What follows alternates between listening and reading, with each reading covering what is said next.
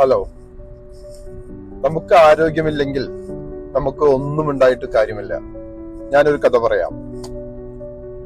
അതായത് ഒരു പ്രവാസി 10-20 കൊല്ലം ഇവിടെ നിന്നുകൊണ്ട് എല്ലാ പൈസവും അധ്വാനിച്ച് ബാങ്ക് ബാലൻസ് എല്ലാം ആക്കിക്കൊണ്ട്, വീടും ബാങ്ക് ബാലൻസും എല്ലാം ആക്കിക്കൊണ്ട് നാട്ടിൽ പോകാമെന്ന് വിചാരിച്ചു. നാട്ടിൽ പോയി സെറ്റിലായി.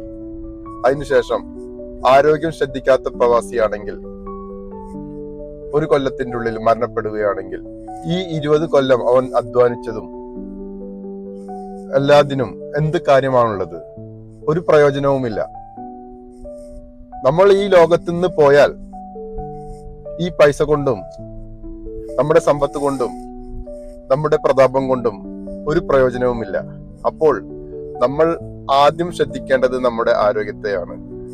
നമ്മുടെ ശരീരത്തിന് എന്തെങ്കിലും സൂചനകൾ, അസുഖത്തിന്റെ സൂചനകൾ കിട്ടുകയാണെങ്കിൽ അപ്പോൾ തന്നെ ഡോക്ടറെ അടുത്ത് പോയി ചികിത്സിച്ച് അതിനുള്ള മരുന്നുകൾ, അതിനുള്ള ട്രീറ്റ്മെന്റുകൾ നമ്മൾ ചെയ്യണം. അല്ലാതെ അത് വെച്ചുകൊണ്ടിരുന്ന് കാലങ്ങളോളം അത് വലിയ രോഗമായി പിന്നെ നമ്മൾ പൈസ എല്ലാം സമ്പാദിച്ച് നാട്ടിൽ പോയതിനു ശേഷം നമ്മൾ ഇവിടെ ഇല്ലെങ്കിൽ, ഈ ലോകത്തില്ലെങ്കിൽ അതിന് എന്താണ് പ്രയോജനമുള്ളത്? അതുകൊണ്ട് ഫസ്റ്റ് പ്രയോറിറ്റി നമ്മൾ നമ്മുടെ ആരോഗ്യത്തിന് കൊടുക്കുക.